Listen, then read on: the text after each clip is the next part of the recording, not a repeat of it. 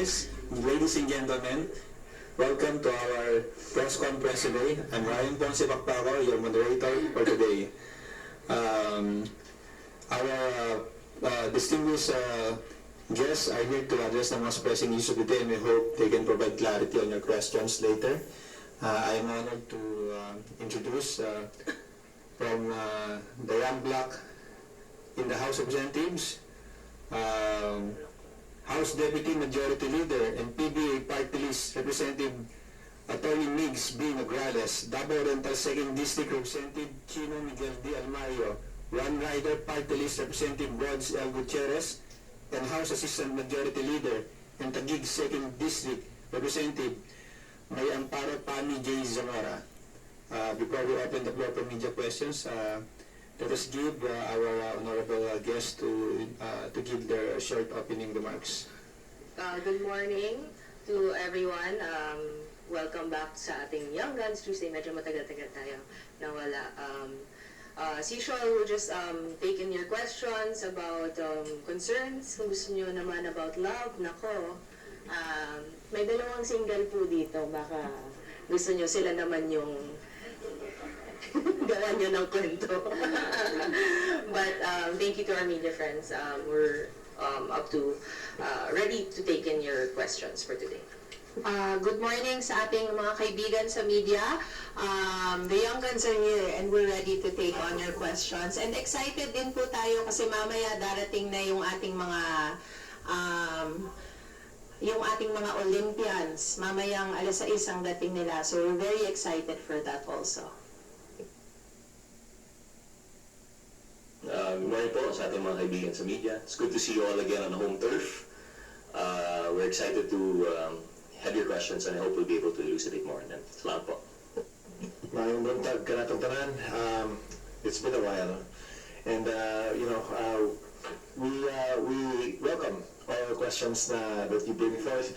Again, in the spirit of transparency, we'll answer each and every question with utmost transparency and honesty, and based on at least what the House sees, the particular issues or maybe legislative movements that are being circulated. No? So again, thank you everyone for this opportunity.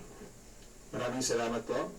Tina Pangiliban Perez from GMA 7 for today's first question. Good morning po. Si Congressman Paulo Duterte po ay nag-file ng bill para po sa mandatory random drug testing every 6 months for all elected and appointed government officials. Tapos meron din pong provision doon for voluntary drug testing for everyone running in elections. Ano pong masasabi niyo doon? Maybe we can start with Kong Migs as Vice Chair po of the Civil Service and Professional Regulation Committee. Parang wala akong choice. Ako talagang inuna mo, Tina, ha? Yes po, ma'am. Well, with any legislator naman, they're welcome to file bills, right, that they deem fit. But as a legislator, I hope lahat naman tayo, as legislators kami dito, alam naman namin yung mga rules na we file, not just to file, but the intent is good, and I hope the intent for this is good. There is a Supreme Court case already that deemed unconstitutional a mandatory filing, mandatory drug testing if it's going to be deemed included as one of the qualifications for a candidate kasi yung constitution naman naglalagay nun. But sana po, no, madepensahan niya to and maganda po yung intent niya, and to defend this, you have to be able to attend the committee hearing and not pass it on to someone else. So, if this is his bill, we respect it. It will go through the process. Sana lang na mapakita niya bakit niya ginagawa to, and it's not for any vindication of anything. It's not to single out someone because that will be unconstitutional. And sana this applies also sa local government units because, as our friends in media know, even in Davao City, meron mga 37, I think, that tested positive sa drug test, random drug test sa isang department. So, sana this applies to all. hindi lang mag-single out. Ma'am, sorry po. Idagdag ko lang po na specified kasi doon sa bill na including the president. So, I hope including din lahat ng mga local government at lahat. Again, kung gusto niya ang ganito yung bill, he has every prerogative to write a bill, pass a bill, file a bill, and go through the committee. And if he deems that fit na tama yung wordings at madedepensa niya yun, sana lang po madepensa niya yun in the committee, in the floor, in front of everyone, and not pass it on to another congressman dahil bill niya po ito. So, you know, we will follow the process. We respect his knowledge and his intent in this. Sana lang the intent is good para sa kabutihan ng taong bayan, because we are legislators to file bills for the betterment of the Filipino people at hindi para mang-asar or mang-single out or use your position to do things na may personal aspect po. So yun, sana po madepensa niya at magpakita po siya dito sa Kongreso. Yun lang po. To quickly just add on, I guess tayo naman dito, no, our friends in the media and us also working in politics are aware of the noises around. And to specifically just to answer so directly what Tina said, to include specifically a position might also infer that there might be, you know, as much as I hate to say it, sana naman walang personal agenda, no, yung mga file natin ng mga bills. In fact, what we do here in the House is we always look at the Filipino people. No? If the intent is for the Filipino people, we welcome them to file any kind of bill. And of course, it will go through the processes of, you know, committee hearings, public hearings, and we will go through the process so that we can also make the best version out of the bills that are being filed. Pero yun nga, we hope na lang to see that there should be less amounts of personal agendas in the filing of bills and more towards the vision of a better country, a better place for the Filipino people, and also, you know, just to protect them, everyone. No? So again,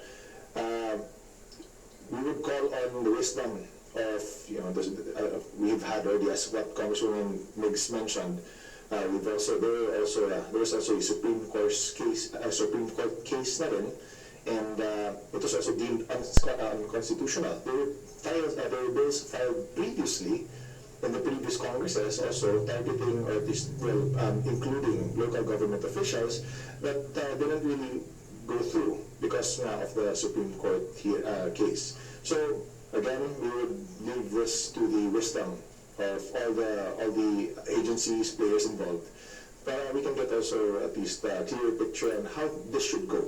So ayun na. I guess na sabi naman po lahat, but just a quick comment on my part. On its face, mukhang maganda naman po yung batas. We haven't had the time yet to read specifically kung ano po yung nandun. But I think that's the challenge po talaga sa mga nag-aaral po ng batas. Alam po natin na yun nga, nabanggit ni Congresswoman Nograles na meron pong Supreme Court case already that tackled this, and actually it was deemed unconstitutional to include drug test as a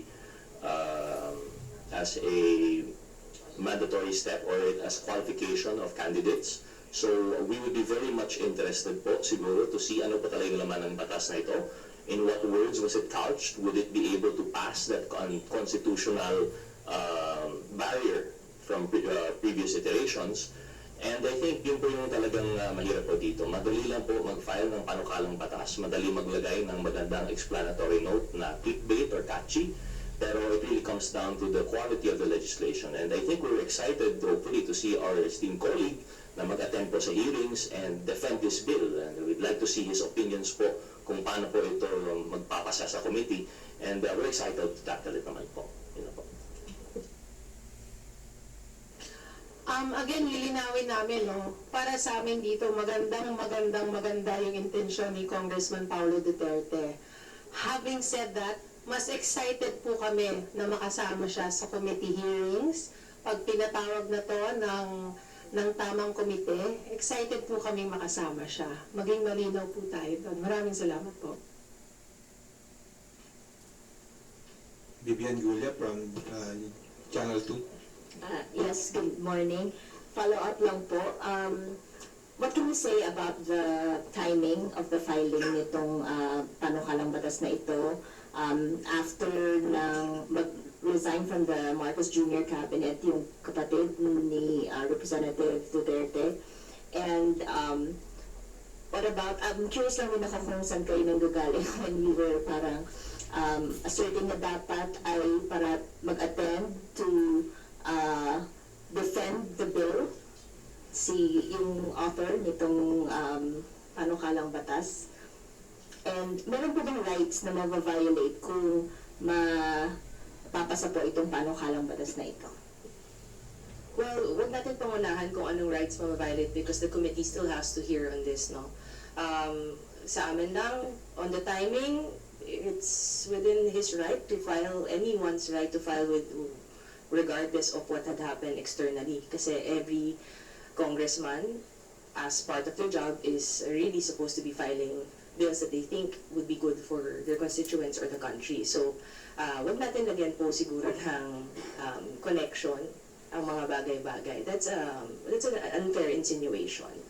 And let's listen to the committee, in any committee hearing, for any congressman, if you are the author of a bill, you really do have to show up and defend your bill and explain why you want that bill to pass to the committee, for the committee members to pass it, and then later on in plenary, for the majority, at least majority of the House members to support your bill.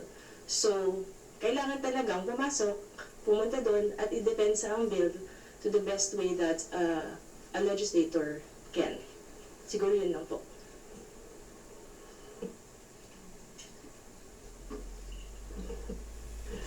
Siguro in addition, and it's not saying much in addition po siguro, tama po yung sabi ni Kong Nograles, we feel po siguro that it is not, personally, for this representation, hindi po siguro lugar namin na mag-speculate, just to make it clear on its face, yung pagbabasa namin, very briefly though, pero based on our reading, my reading of the explanatory note and the bill itself, I wouldn't want to speculate as to the timing or if there are any other intentions. Kasi klaro naman, wala namang nabanggit doon other than for the exigency of the service. But with that said po siguro, as mentioned, yung pag-attend po, the second part of the question po, ma'am, sorry, can we, ano po yung... Regarding the rights to violate, siguro po, we won't be able to say right away kung ano po talaga ito. We'd like to really stress this out in the committee, pero what stands for us, at least sa amin po with the background yung sa batas, what really comes to mind when you talk about drug tests and candidates is it was struck down as unconstitutional sa Supreme Court. As much as the intention may be good and as much as we would like to have this kind of measure to ensure that our public servants are of tip-top shape and of sound mind, ang maintain po talaga ng Supreme Court ay bawal po ito. So, yun nga po, that's why we really are looking forward to seeing him defend it. Ano po kaya yung wording nito? If it would be able to pass whatever constitutional test was imposed by the Supreme Court, these are the things that we want to see. We don't want to look into the timing or intention or speculate when there is nothing there. But we'd like to see, let's walk the talk and work out the legislation po itself. Yun po. Are there any additional related questions before we move to next topic? Related? Okay. Red Mendoza from Manila Times. Good morning po. Of course, this is related, no? Yung filing up ng bill na final nga ni Congressman Duterte nga is related nga doon sa sinasabing pasabog daw nung sinasabing former lover ni Congressman Ferendo, si Cathy Binag, na sinasabi nga na nagda-drugs nga raw yung si Bibian. At dinamay na rin pati yung anak, yung first family na rin. So, of course, when you say the timing is not suspect, pero it's still suspect pa rin. What is your take on this? You know, I think we answered this already, diba? Kung sino nagsalita, whoever talks, tingnan nyo muna kung credible ang nagsasalita. look at the background. If credible ang mga sinasabi ng isang tao. But also, your questions are unfair to say ang timing. Kung totoong magaling kang legislator, alam mo yung trabaho mo, you will not file a bill and waste the resources of Congress and time to go after one person for personal reasons. Huwag ka na lang siguro mag-congressman kung yan lang po yung gagawin nyo. Kasi hindi yan ang trabaho ng isang congressman. So, with the timing and all, we cannot speak for him why he filed that. And I'm sure the good congressman has good intentions for that, regardless of the timing. Sana lang po, no? Tingnan natin sa committee, tingnan natin how he will defend it, and make sure this is not going to be unconstitutional, and this applies to everyone. All officials, all candidates, all local government, lahat. Hindi lang isang tao. Kasi kung isang tao lang naman gusto mo, you don't need to file a bill siguro. Don't waste the resources of Congress and our time. I hope that answers your question. Just to add quickly now, we get the line of questioning, and professionally speaking, in the standpoint of a legislator, we are trained to look at the best interests of the Filipino people, regardless of what's happening to us, what's happening to the world. Our interest is in the Filipino people and the Philippines in general. So, to preface a question with the timing of it all, I agree with Congresswoman Nograles when she says that first look at the source. Credible ba? There were many debunked, it was really debunked. The issue was already debunked way back. So, sa atin naman, to try to prod that even further might incite or might also bring about unnecessary comments that may distract us already from the job that we're trying to do. So, sa atin naman, again, as a legislator, all of us are trained to look at the interests of the Filipino people, regardless of timing. So, I just wanted to make that clear. Kasi kami, ginagawa lang namin yung trabaho namin. We are being paid by the government's money, which means that also our mandate, our direction has to be also for the good of the Filipino people, the taxpayers' money. Diba? So, we hope na lang that while this is a hot topic for the media, we hope that the words that we share regarding this topic are also hold water. And, kasi once napapatulan natin ito, dadami din yan eh. Diba? So, ayun lang, iwas lang tayo sa gano'n naman klase. Let's focus on what is important. Thank you. Okay, Red. Siguro in addition lang. Sige, sir, sir, sorry. In agreement po siguro what they mentioned. Thank you again, Sir Red, for the non-controversial question. But siguro po, I think if I'm understanding the question correctly, I think it would be unfair to insinuate any other intention sa timing po ni Congressman Pulong. As I mentioned, on the face of the bill, on the explanatory note, wala naman po siyang masamang nasabi. And for all you know, the timing might be related to the finding of 37 positive drug cases in the city hall of Davao. Do you recall, this happened sometime in May 2024, recess po yan, and we recently just resumed Congress, so baka yun po yung timing na sinasabi. Maybe he sees a drug problem in Davao that has to be remedied and he wants to replicate it nationwide. So I don't know if it would be correct, and I don't think it would be fair to intimate or to suggest na the timing is related to yung vlogger pasabog, as you mentioned po. But with that said, yun lang po siguro yung masasabi ko doon. Thank you. Thank you. Elson Gismorio from Manila Bulletin. Hello po, just to clarify something. Anyway, good morning. Kung Pami said excited po siya na makita si Kong Polong to participate. What does this mean? Hindi niyo po ba siya nakikita na umaattend sa mga hearing? And even kung nagsalita siya o hindi, have you seen him around dito sa house, dito sa plenary, during sessions? Just curious po.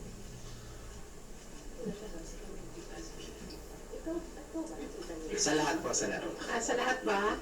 Hindi, excited talaga ako kasi Siguro hindi ko siya nakakasabay lang sa mga hearing. Posibleng iba yung mga committee na kinabibilangan ko at kinabibilangan niya. Kaya excited naman po ako na pag tinalakay itong bill na to ay makasama naman siya. Ako, siguro babalik ko yung tanong sa inyo. Nakita niyo na ba? Tumatawa kayo, tinatanong ko Sa live stream lang po kasi madam. No, I'm just kidding. But have you seen him around, just your personal, ano po, if you've seen him around lately? Personally, I haven't seen him here nor in Davao. So, kayo tatanungin ko, nakita niyo na ba? Kayo, yun na. Pati sa Davao, hindi ko nakikita. Gusto ko nga sana eh. Okay. How about in plenary po? Plenary. If you look around po sa plenary, have you seen him there? Our seats are relatively close. I've seen him once, a few months ago. Like last year? A few months ago. I've seen him once. Tapos I shook hands with him na rin. A few months ago. Once. Nagod tayo sa Davao, hindi tayo. Kita ba natin? We're off record yun. Pero like ako, I'm from Davao Oriental and I have to pass through Davao then on the way home. Ako, I cannot really say, pero yung mga tao doon naman sa Davao Airport, nakakausap ko naman na yun doon. And usually, they see me more. They see Congresswoman Migs a lot, they see me a lot, but I cannot speak for the rest. No? Pero yun nga, just to stick to your question, I've seen him once and shook hands with him once, a couple of months ago. I need to know, sir, bang this year ba o last year?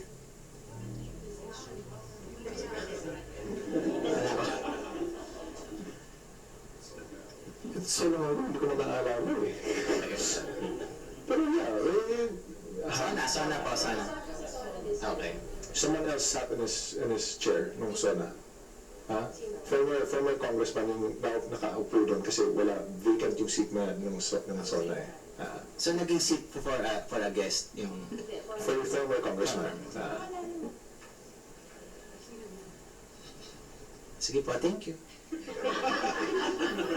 Thank you. Another related question. Sorry, hindi niyo pa rin sinagot yung tanong ko. Kayo ba? Nakita niyo ba? Sagutin niyo na, kayo Yun lang po. Parang pantay tayo dito, di ba? Yun lang. Nakita niyo naman. At least kayo nakikita niyo. Okay. Ayun. At least malinaw, di ba? Thank you. Another related question from Rosalie Casop from UNTV. Tanong ko lang po regarding dun sa inihayang panukalang batas, lalo na po na-mention nyo na maganda naman po yung layunin. So, will you support the bill? As the question to supporting, really, if the intent is to try to qualify an official as somebody who is not a user, then I would personally think that that's good, di ba? Kasi naman, you'd want also your leaders to be, of sound mind and of sound body, di ba? Common sense. Pero again, the Supreme Court has also ruled otherwise in terms of, the viability of this law to be passed. So, yung sa amin naman, we have to balance it, That's why the committees are there, we have to look at the wisdom of other people kasi our opinions are just our opinions. We want to see the clearer picture. So, sa amin naman, I don't want to put the cart before the horse. Pero kung sabi through the committee meetings, kung sabi naman maganda itong batas, then we would also support it, yeah. Pero sa akin naman, personal opinion, it's good to know if your leaders are of sound mind and of sound body. So, Personally, after looking into subcommittee, if really there are grounds na hindi siya magiging unconstitutional, it is equally applied to everyone, especially also the LGUs. Babalik ko nga, kasi alarming nga yung nangyari sa Davao that even part ng City Hall, 37 tested positive. So dapat may ganun din for not just Davao, all other local governments, all officials involved, government. Kasi the Filipinos deserve nga leaders, especially those working in the government, who are not doing illegal drugs, right? So I will support it. after the committee hearing, and if it will really be fair and hindi siya mukhang magiging unconstitutional. Because it is a good thing to make sure that our officials know how to lead properly na of sound mind. Sobrang susuportahan ko pa. Gusto niya co-author pa ako. I mean, wala namang masama sa gusto ni Congressman Duterte. Ang problema nga lang, ma'am, as I've said, within the past 2 questions, kailangan lang sa sarili niya ay maipagtanggol niya yung panukalang batas na ito at kung bakit niya ito gusto. Kasi bago pa po kami makasuporta, kailangan dumaan muna sa komite. Ang problema po, hindi po ako miyembro nung tamang komite na yan. Ngayon, pag makarating po yan sa floor, susuporta po talaga kami. Wala naman pong masama na i-drug test ang lahat ng elected officials. Yeah, I think we're in tabing supporta ni Kong Tami. For this representation po, just that issue lang po on the constitutional barrier that we've already had in previous bills. But should we see in the committee that it passes that, I see nothing wrong with the bill and we will definitely support it. In fact, perhaps we could even explore expanding it, not just to public officials, maybe to certain all of government, maybe vloggers, para clear na rin yung sinasabi nila that they're also of sound mind and sound body. Lahat na. For as long as there will be a germane, valid classification in line with equal protection to laws, as long as it would be allowed, I think we would support that. Okay, if there are no additional questions regarding the bill filed by Kong Polong, we will move to next topic. I acknowledge Gab Lalo from Inquirer Online.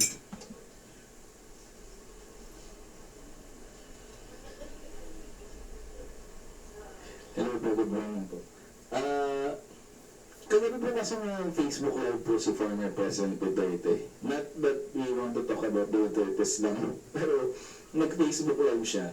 Tapos marami siyang sinabi actually, yung mayroon tungkol sa fake videos na supposedly gumagamit daw si Presidente ng illegal na bawal na gamot. Meron din tungkol dun sa Quad Committee hearings. Actually, marami siyang sinabi. Meron din doon sa Pogo na dapat daw na-regulate na lang para meron pa rin revenue yung gobyerno. Siguro po una, napanood niyo po ba? At pangalawa, may reaction po ba kayo regarding this? Yung mga statements niya? Kung napanood ko, hindi ko napanood kasi pagbukas ko, nakita ko agad ang si Crystal Ball, Harry Roque, so sabi ko, ay, wag na, okay. So, hindi ko napanood. Ano bang nasabi ni PRRD? Ano bang nasabi? Oo, hindi ko na pinanood. Oo. Ayun mo, Haba tapos naputol yung internet. nag-react po siya, may mga reaction siya regarding sa yung fake video na hindi raw siya makapag-decide kung si Presidente raw ba talaga yun. And then, sa Quad Committee hearings, binadnote niya yung ICC rin, minura niya. Tapos, yun nga po yung sa Pogo, sabi niya, it could have been regulated na lang para may revenue pa rin yung gobyerno. Bits and pieces lang napanood ko, no? Oo nga, no? Bakit ako yung nandito, ha, na ganito yung topics natin, no? Kayo, ha? Honestly, I didn't get to watch the whole day. Medyo, parang 1 hour ata, no? Mga 1 hour siya. When it comes to the Quadcom, we are doing this because of things na nakikita natin with what has been happening. And this is the duty of us as part of the legislature to look into things na kung may hindi magandang nangyayari, especially that it's linked to the Pogo, no? We really have to look into it. Hindi man pwedeng tumahimik lang tayo. So, if, with respect to what the former president said about sana pala ni-regulate ang Pogo, this was during the time na administration po niya. So why did he not do it? why did the previous admin did not do it if gano'n naman pala dapat? I think, like when I was still a lawyer then, hindi pa ako nakaupo during the time na, kumakalat na yung mga videos ng mga ibang mga binubugbog, di ba? Nakita natin yon mga 2020, 2021 na, di ba, kumakalat yon. That should have been acted upon. Kasi alarming na, that early pa lang. But it's only now that we're doing something about it. And thankfully, this leadership is not closing hindi sila tumatalikod sa mga ganitong nangyayari. The President is of course free to say what he wants to say, his opinion on what he thinks. And wala naman pong masama doon, we respect that. He is free to talk. It's freedom of speech naman. Saan mga sinasabi po niya, we respect that. But also, I hope things that are being said, not just the former president, but anyone, even influencers, even those who are getting interviewed, back all the things that they say with facts. Because we are living in a time na nakakatakot to spread misinformation, to do disinformation. And in the time of AI, na marami ng mga deep fakes, kawawa naman yung mga bata na hindi na nila alam kung ano yung totoo at hindi. And they deserve to know what the truth is. At tayo, na mas matanda, and even part of the government, we have the duty to make sure the people know the truth and it's backed up by evidence and facts. So, yun lang po. I didn't also watch the whole video now, but I got the piece of the yung sa fake video na inaalog ni former president. And as I mentioned earlier, no, it was already debunked. And as what also Congresswoman Migs said, let's stick to the facts. It's already debunked, pero you try to relive that story. Medyo iba na yung mensahe din na pinapahayag eh. No? But we understand that that's his freedom of speech. We hope that the freedom of speech is also not used then to misinform. Yung sa atin naman, no, in the pursuit of truth, we hold these press conferences. In the pursuit of truth, Speaker Martin Romualdez also gave us a marching order to look into those issues. No? And sa atin naman, the committee meetings are public. You know, it's always, everything's live streamed. Yung Quadcom in particular din, live stream din yan, di ba? So I mean, like, mala-live stream yan, it will be a public hearing for everyone to know what the truth is, based on facts and evidence. So, yung sa atin lang, we hope na lang po that the people can discern kung ano ba talaga yung totoo, ano ba talaga yung hearsay, and na at least everybody gets to make an informed decision. Basta, you know, sa Bisaya pa, may word kami na, ang tawag kami yaw-yaw, na salita pero baseless. So sa amin naman, I hope that it doesn't end up that way. Kasi sa amin, you know, nasasayangan yung oras natin, na makikinig pa sa ganyan, we could have spent 10 minutes doing something important, tapos yun pala yung maririnig natin, you know, baseless and useless. So I hope na lang, this is also a call na lang din, for everyone to make informed decisions now. Listen intently, yes, but also try to verify the facts that are also being presented. And the facts point that video is fake. So there is no other way to go around it. Multiple agencies already proved it was fake. So I hope na lang din na people recognize that, we keep that in mind, and move forward na lang, no? We'll look at the more important things at play. Pero pahabol lang, in line with what Cong Cheeno said about facts, this is why we are doing the Quadcom, to look at what is factual, at ano ba talaga nangyari, bakit nangyayari to, and what are these things that are being tied to it, because everyone deserves to know the truth, and we are doing this for everyone to know. Nakikita nyo naman po naka-stream naman din po siya. So, if you want to know the truth, then follow what is happening with the committee hearings. Para, iyan na lang talaga, because it's backed by resources, with facts, and yung resource persons who were invited that, and sana pumunta yung mga ini-invite, di ba? Because this is the only way for us to know the truth behind all these words and speculations and paglalabas sa videos. yun lang po.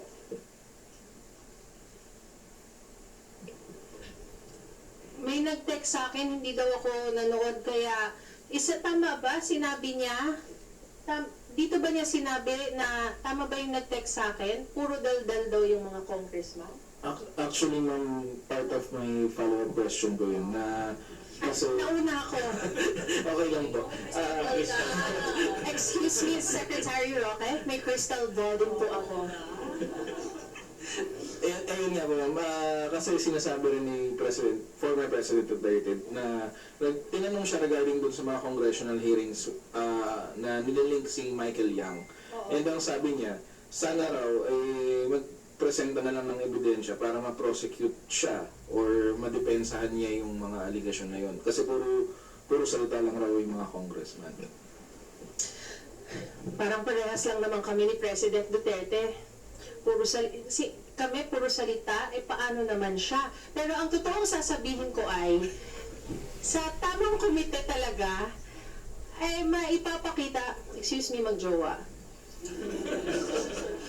Sa tamang komite talaga, maipipresenta ang mga ebidensya. Saan pa namin ipipresenta? Sa reporter na naman. Di dumaan tayo sa tamang proseso. Diba? Yun naman ho ang hinahanap. Nasaan daw ang ebidensya laban kay Michael Yang? Nasaan ang ebidensya? Oo. Kung nag-attend po sana siya ng hearing, nandoon po ang ebidensya. Sana po napakinggan po niya para din hindi naman po siya ang dinadamay doon, si Michael Yang. Nandoon po sa hearing ang mga ebidensya, ang mga reklamo. Kung meron po siyang sasagutin tungkol doon, pwede naman po siyang dumalo, pero hindi po siya dumarating. Ayun po. Salamat po. Hindi po kami puro daldal, Mr. President. Baka ako po. Ito na naman, mapapalitan na naman ako. Tabloid na naman ko. Trolls na naman. Dami na naman natin. Sa TikTok na naman ako mamaya. Mas makapag-TikTok ka rin, ha? Shorts ka naman lalabas. Well, in addition po siguro, sorry, nakaka-distract kasi yung side quest dito.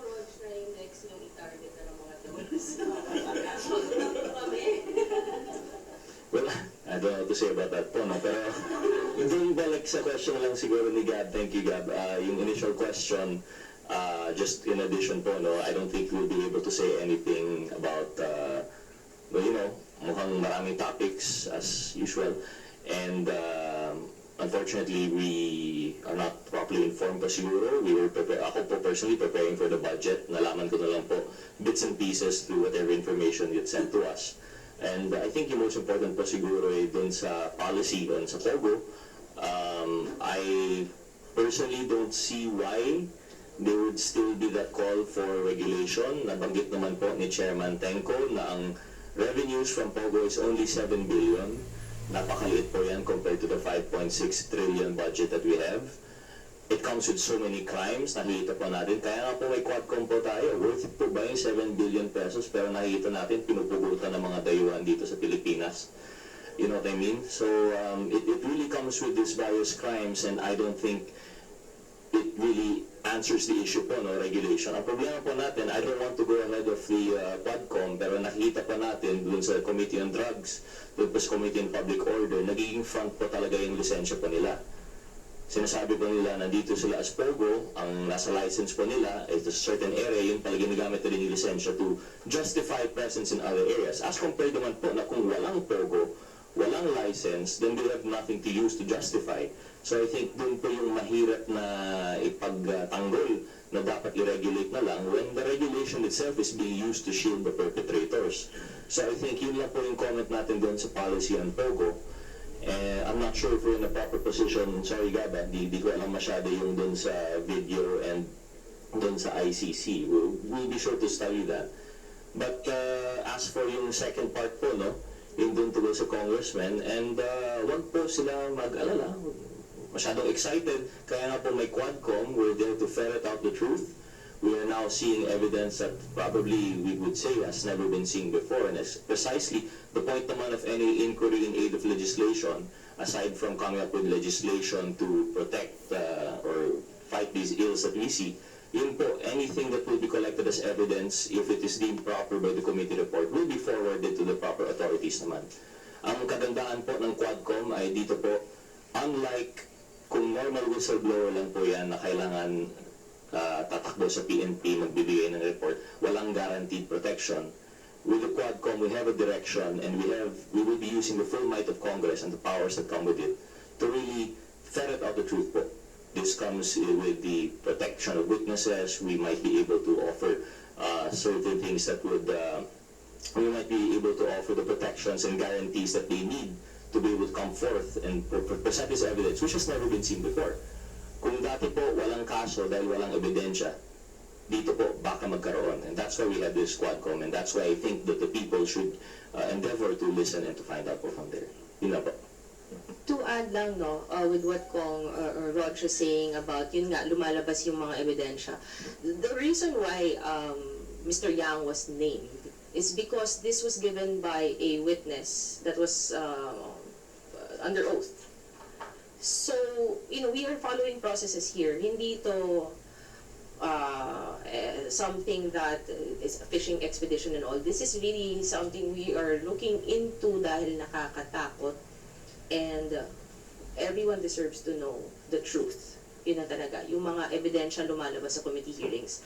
And kung may mga witnesses that are saying under oath these things and linking to certain personalities, then hopefully ang mga witnesses then being invited will show up, because kung hindi kayo magpakita, baka siguro may tinatago kayo. We don't know. But it is best for everyone sana to be active in this, to participate in this, because this is not a small matter to link, to see the connections with the drugs, the trafficking, the illegal, the source of money, and everything else na hindi natin alam ano pang pwede mangyari.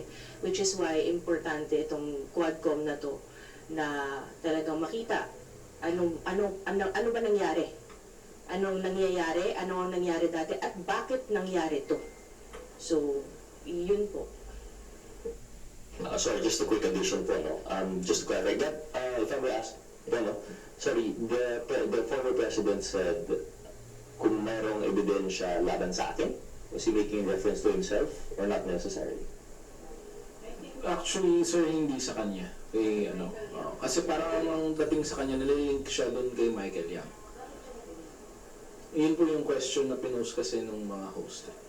It's the host. So, hindi naman po galing sa kanya yung linkages. So, wait, sorry. It is the host that insinuated a link. It's not Congress. Congress, wala naman, hindi naman, bakit kami masama dito? Hindi naman pala galing sa Congress ang paglilink. Nasa sariling nag-interview pala sa kanya ang naglilink. Baka dapat questionin niya yung nag-interview po sa kanya, hindi kami. Kung wala naman pong link, I mean, who is Michael Yang sa kanya kung walang link? Yung host lang pala nag-insinuate. So bakit tayo masama? We're just doing our jobs here and trying to find the truth, because dapat tumigil na yung ganito. Thank you, Madam Chair. May I have my time back? Joke lang. No, but yun nga po, precisely the point, kaya natanong po natin si Gab for the question to clarify. Kasi wala naman po kaming nakita ng linkages so far kay former President Duterte. Pero one thing is clear, we don't want to preempt the Quadcom, pero nakita po natin sa drugs, Michael Yang nabanggit. Sa public accounts and warehouses, Michael Yang nabanggit. Sa public order, sa Pogo, Michael Yang nabanggit. So, there's definitely those linkages, which precisely is the reason why the Quadcom was formed. But if we're talking about linkages to the former president, as insinuated by the host, I don't think we're ready to answer that yet po. Pero wag po mag-alala, papunta na po tayo sa exciting part.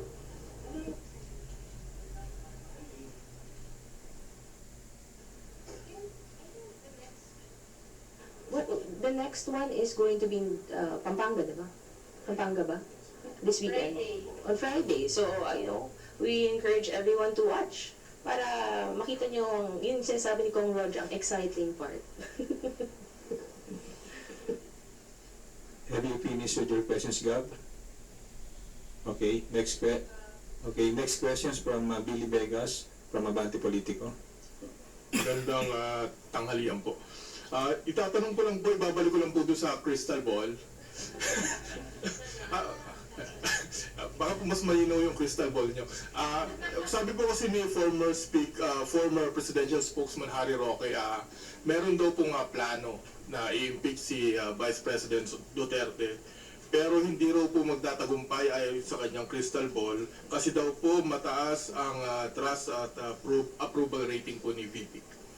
Reaction lang po. Secretary Roque, napakalabo po ng crystal ball ninyo. Dahil wala po, kahit sino man dito, kami po ay we're in the daily briefings from Congress. Wala pong kahit anumang intensyon na ma-impeach si VP Sara. As in, wala. Ngayon, bakit hindi niya nakita sa crystal ball niya na nakadawit pala siya sa Pogo? Yan ang tanong nyo.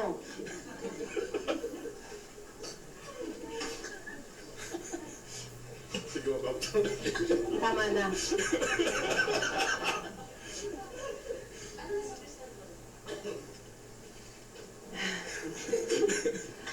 Ang nasa crystal ball ko po ay isang maayos na gobyerno na sabay-sabay na nagtatrabaho para matulungan ang sambayan ng Pilipino kahit na may iba't ibang paniniwala at iba't ibang opinyon ay iisa pa rin ang layunin na matulungan ng ating mga kababayan. Yun po ang nasa crystal ball ko.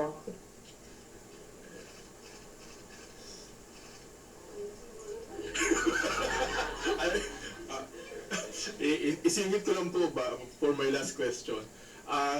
In reaction lang po dun sa isasagawang transport strike against sa modernization ulit, 3 days daw po ulit.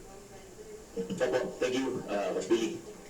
Dun sa transport strike po, we've already had multiple hearings dito sa Committee on Transportation that resulted actually in a resolution urging the President to delay or at least study yung ating PUVMP.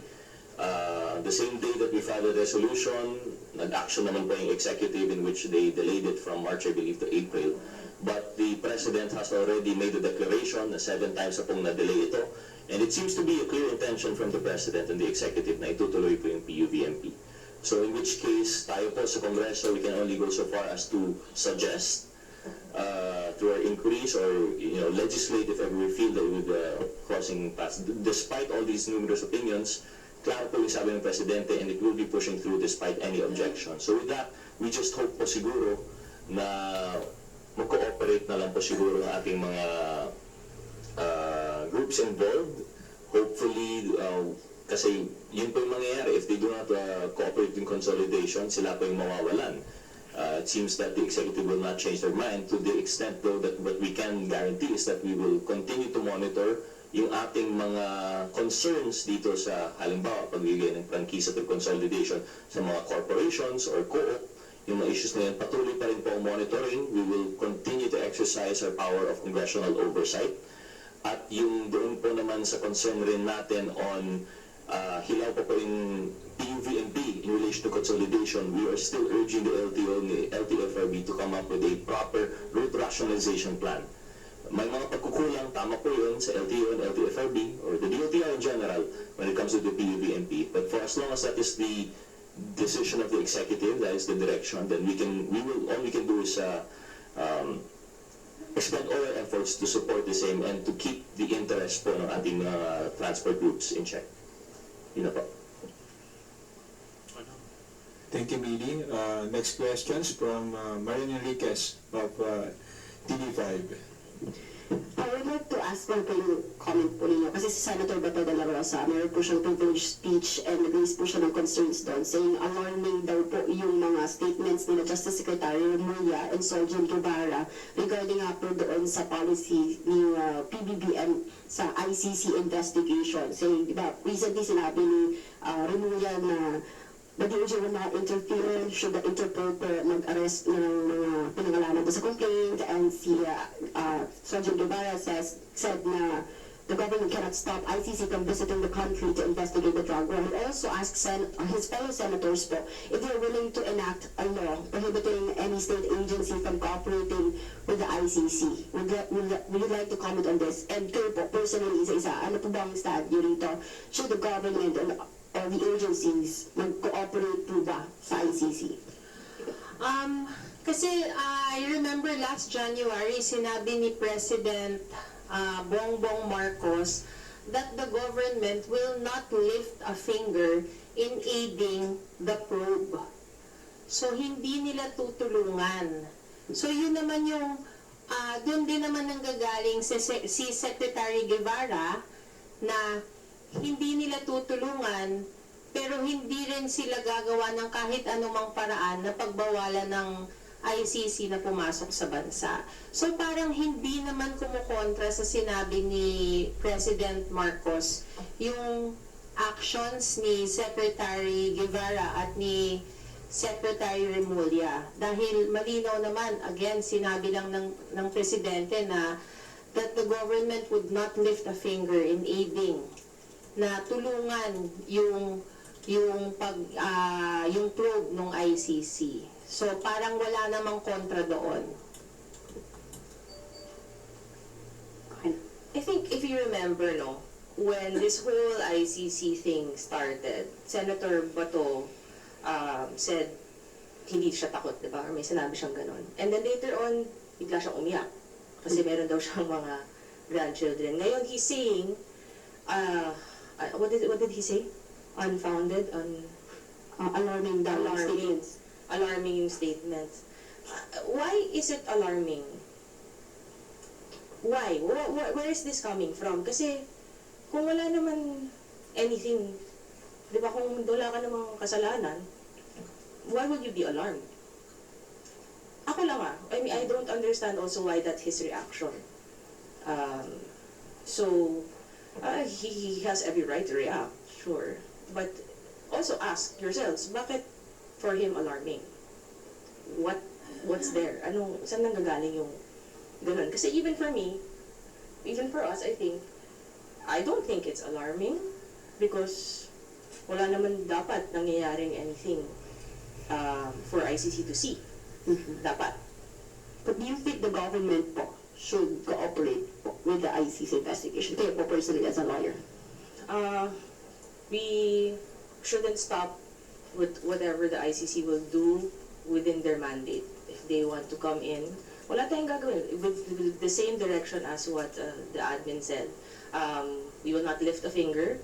We will not also aid. They can come here to the Philippines and look, and we will not do anything. We will not do anything. It's up to them. They're individual. They're independent body to see what they can see. As long as they respect our laws, they do not do anything to torture, to threaten, or to get anything, diba? Basta they respect our laws, they come in peacefully and within the treaties that we have with the other international community, that we respect our autonomy and us being one republic, diba? Basta hindi sila manggagalaw na manggugulo at mananakot at walang breaking of laws natin. Just to comment that, I can't speak on behalf of the rest of Congress, but of course, ako po personally, I have stronger sentiments on this. It could be recalled that together with Cong Abante, we filed a resolution urging the executive to cooperate with the ICC. I still stand by that position, although we respect the executive kung decision po nila is not to help, but at least that they should allow it to happen. Kasi po, we still believe, I stand strongly on that, The ICC still has jurisdiction. Withdrawal from the Rome Statute does not preclude the jurisdiction that was vested upon them from the period of which is questioned, which is until 2018 or 2019, I believe. So nandun pa rin po yung position ko, personally. But with that said, I would understand siguro po, not understand, I would respect the right of the good senator to express his fears, doubts, or objections to the move of the executive. But as Congresswoman Nograles said, I don't think there's anything contradictory sa ginagawa ng executive po ngayon. The president said they will not help, as much as that's against what I want. They will not help the ICC, but also, as a member of nations, I'm glad that at least they will not prohibit, if that is truly the position of the executive. Kasi po, as mentioned, in relation rin comment dun sa nabanggit niya na gusto niya po sana may batas that would prohibit officials to cooperate. I think this sends a very wrong signal. The executive right now is really leaning towards a more open foreign approach. We're a member of the community of nations. We're seeking foreign economic support. We're seeking foreign defensive support for the West Philippine Sea. Tapos we're gonna ask all of these things only to say, puro sa atin lang na, halika, defend the West Philippine Sea with us. Halika, invest in us, but we will not cooperate with you. Parang I don't believe that is the right signal that we would be. We would be giving off the wrong signals if we pass such a bill. So most respectfully, I disagree with that proposal. Thank you. Kay Kong Tami, you think po sa crystal ball ninyo, makakapasok yung ICC at magkakonduct ng arrest? When is that? Ano ulit, Miss Maria? Mga po. Yun lang. Ano ulit? Pakiulit. What do you think about the ICC entering the country? Nasa sa kanila yon, Miss Marian. Again, kahit ayaw ni Kong Rog, ang pronouncements ng ating Pangulo ay hayaan sila kung ano man ang gusto nilang gawin, pero hindi sila tutulungan. So, problema na po ng ICC yun, Miss Marian. Thank you. To add lang quickly, I completely agree with Kong Rog in terms of in the language of what he explained with the prohibition. So if do I understand correctly, he wants a law and mandating all government agencies to stand up against. So, yun nga, same as what Kong Rog said, it sends a very, very wrong signal talaga. I would understand siguro in the defense of our country, then that would make sense, no? To repel, it would be a whole of government approach to repel those that have hostile intent towards us. Pero this is the ICC conducting an investigation, no? And for them to investigate, as what the President already said, now we will not help them. We will not lift a finger. Pero let's not also be hostile to them. There's no need na yun eh. Common sense also dictates na yung sa atin naman, we're not trying to pick fights. No? We've already established that we are a nation that wants to make more friends. We are a nation that wants to get the help of other nations to protect our very own country.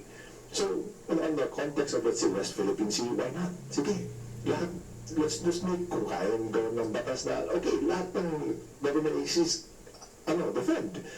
Pero to show hostility in that manner is unwarranted.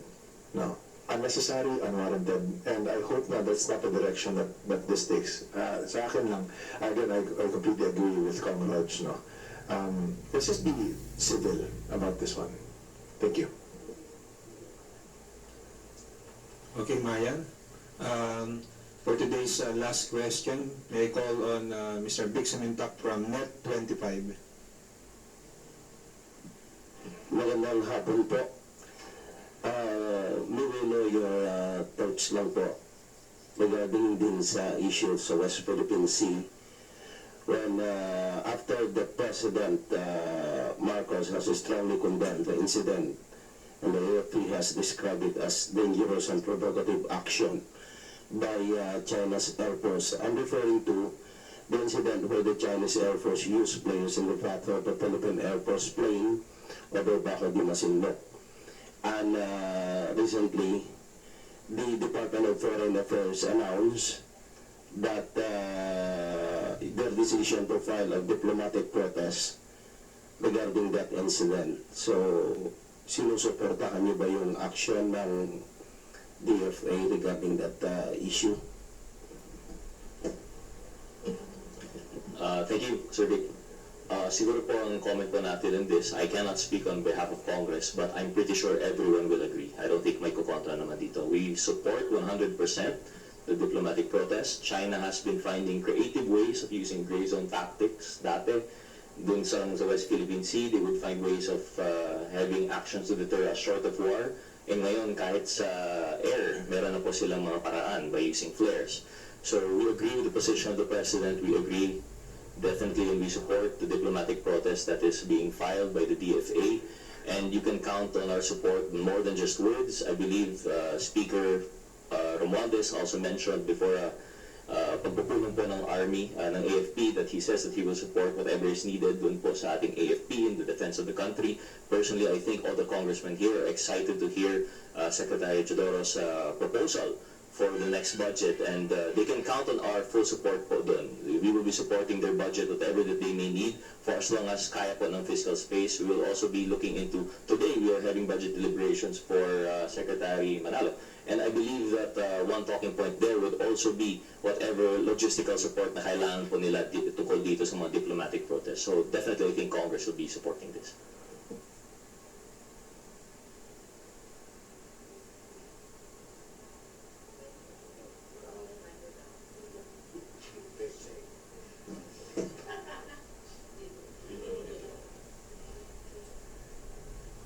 Have you finished with your questions, Vic?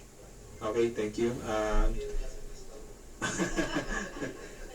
But before we conclude our press conference, I invite our honorable speakers to give their short closing remarks. Medyo hot topics in terms of localities kasi nagkatugma din na medyo from the area yung kami dalawa ni Congresswoman Migs. But I hope that we sent a clear message, no? It was unbiased, it is factual, and I hope na this sticks, no, to our viewers, to listeners, and I hope this also continues then. We stick to the facts, we stick to evidence, and we also make informed decisions, no, based on what we know from credible sources. That being said, we would always welcome questions, no, and we will always be as transparent as possible, without without any shade, without any prejudice, without any unbiased opinion. Biased opinions. And we thank you all for giving us again another opportunity to relay and to also inform everyone then based on what we stand for, no, which is again the betterment of the Filipino people. So salamat sa tanan ug maayong hapon. To all our friends in media, thank you for your time, your questions, hot topic nga. And hopefully, with what we have answered here, hindi siya magkakaroon ng mga insinuations that would make it a bigger problem na wala naman problema. We answered everything as fair as we could, straight to the facts. And I hope everyone who watches, not just this, but also other things na nakikita natin online or TV or whatever interview, you do make an informed decision when you watch it and look at the facts that come with it. We encourage you, especially lalo na ngayon, to watch the ongoing budget deliberations, especially in the Quadcom, para malaman nyo ng mga lumalabas na mga ebidensya at lumalabas na mga bagay na may basehan naman po. And hopefully, we will not be misquoted here, or mga may lalabas na siguro na crystal ball kasama ang mukha ni Kong Pami kasi because we do know, I think our friends in the media know how vicious social media can be, and how bits and pieces of what we said would be misconstrued, and may mga insinuations. Hopefully, this will not be done to create a big fight or to create something na pinagdudugtong na wala naman talagang dapat na mga ganun na ginagatong. So thank you for this for our friends, and mayong hapon. Kanatong tanan. Ma'am, hindi na po crystal ball ang topic natin. Ang politika kasi ganyan talaga yon, ano? Merong nag-aaway, may nagbabate, sunod na araw, bati na ulit, o magkaaway ulit. Pero ang mahalaga na mensahe para sa amin and sa ating mga kasama sa gobyerno ay tuloy-tuloy lang dapat ang pagtatrabaho. Hindi dapat tumitigil ang trabaho natin at pagtulong natin sa ating mga kababayan dahil lang pinapasaringan tayo ng mga tao, ng mga mapanulsol na tao na mag-away-away tayo. Pero at the end of the day, kailangan tulong pa rin tayo ng tulong sa ating mga kababayan. Yun naman ang ating mensahe. Kahit ano pa ho ang mga issues, ang mahalaga ay natutulungan po natin ang mga taong bayan. Maraming salamat po ulit sa ating mga kaibigan sa media. Sana po, huwag niyo pong akong lagyan ng crystal ball pag nilagay niyo po ako sa inyong mga balita. Salamat po. I think it's well beyond that po, no? Talagang may lalabas na crystal ball dyan. But with that said, gusto ko po yung nakikita ni Kong Pami sa crystal ball niya for the future po ng ating bansa. But as the President said and quoted, all it takes for evil to succeed is that good men do nothing.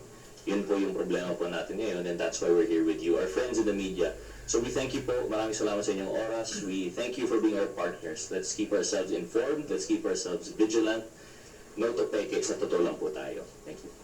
Thank you, Deputy Majority Leader Migs Nograles, Assistant Majority Leader Pami Zamora, and Representatives Rods Gutierrez and Cheeno Allmario. To everyone, maraming salamat po ulit. Magandang hapon po.